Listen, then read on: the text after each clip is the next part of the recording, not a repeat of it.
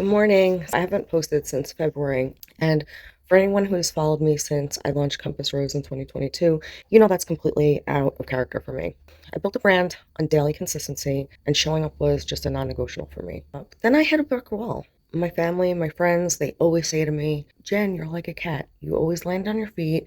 We never worry about you, and you've been through worse. And you know what? I honestly believe that too. But landing on your feet doesn't mean the impact doesn't shatter you. The accumulated trauma became way too heavy to carry while trying to perform as a high-achieving team player. So here's what happened.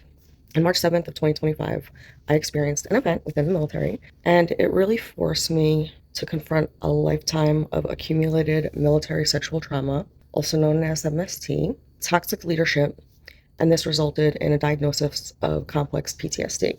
For years, my drug of choice to numb the pain was work, collecting degrees and certifications, setting goals to distract from very deep wounds. But that method stopped working. So March of 2026, a year later, I held my breath and I jumped. I boarded my dog Blizzard, I stepped away from real life, and I checked into 12 Oaks Recovery Center in Navarre, Florida for 30 days. It was a mental health inpatient program, and I was terrified. I felt overwhelmed, tons of shame, and it was so embarrassing to talk to my family, my friends, and my chain of command, and admitting that I was broken.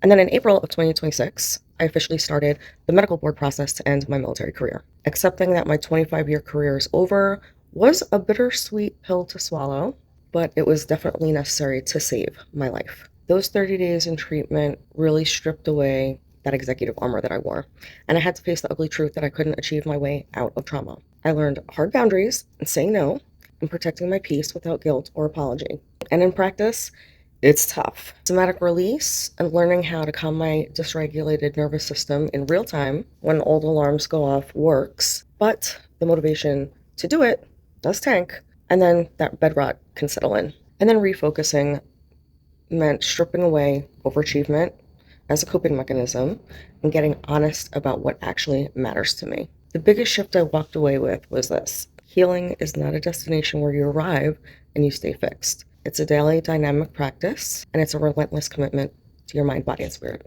I'm sharing this now because I know many of you are running on empty, trying to stay afloat in environments that burn you down to ash. So over the next few months, I'm going to be completely open about my transition out of the military and how I'm going to show you how I'm going to rebuild my life from the ground up.